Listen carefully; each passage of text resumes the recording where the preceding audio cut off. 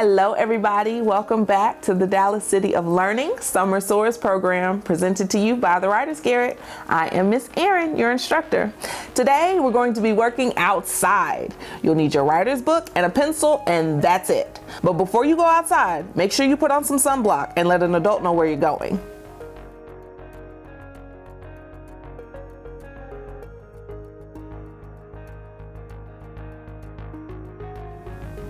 How can we write about nature if we don't experience it for ourselves?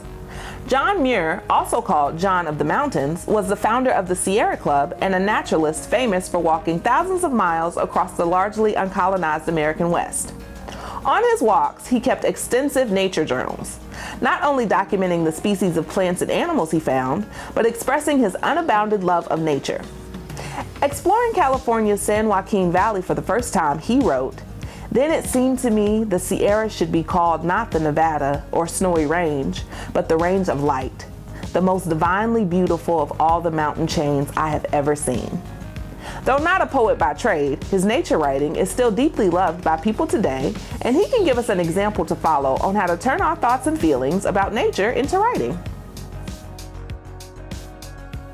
You don't have to be a nature expert to write about it. All you have to do is learn how to pay attention, be open to inspiration, and use your writing to follow the paths of thought nature can make for you. To practice paying attention to the natural world, take your writer's booklet outside and go on a nature walk. This could be in the yard around your house, down your street, or in a park close by.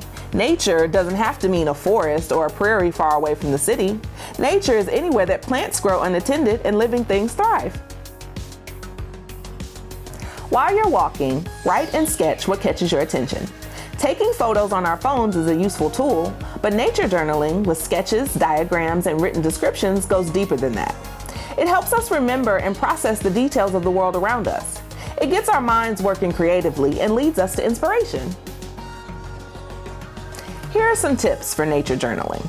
Look high and low. Not everything that's interesting is right in front of our nose. Look up into the tree branches and in the sky. Kneel down to see what crawls along on the ground or wriggles through the dirt.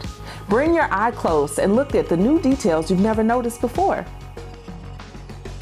Record what catches your eye. Pay attention to the things that really interest you. It doesn't have to be pretty or typical. Is it a bird you saw? A piece of litter in an unusual place? A strange-looking plant? Use many senses to observe. Make a note of what you see, hear, smell, and touch when you're on your nature walk. Make associations. How do your observations make you feel? Do they remind you of other things?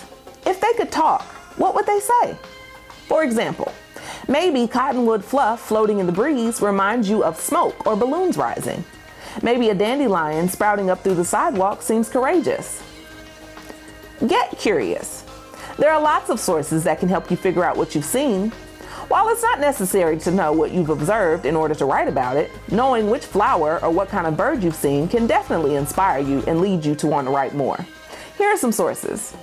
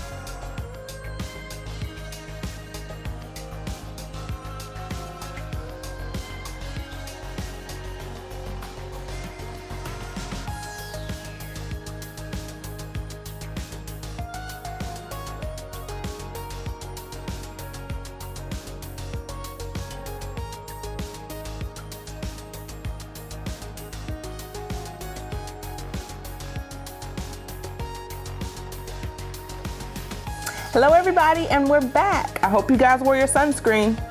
Let me share with you what I noticed on my walk. There's a bright yellow wasp. I hope it doesn't sting me. There's a spider crawling on my arm, but I don't know where it came from. There's a glass water bottle at the base of a tree. I hear a dragonfly buzz in my ear. I feel the wind blow on my face, the sun on my neck. There are bones at the base of a tree, and it makes me think about being forgotten. The overgrown grass feels crunchy in my hand, and it makes me feel lost. There's green moss on the side of the trees. The crepe myrtle trees remind me of the big crepe myrtle tree my grandmother had in the front of her house. They make me smile because my grandmother loved these trees, and her name was also Myrtle. I looked up on Native Plant Database that crepe myrtle trees bloom every month except for January and February. What did you guys notice on your walk? I hope you enjoyed journaling about nature today. Feel free to journal about nature anytime you'd like.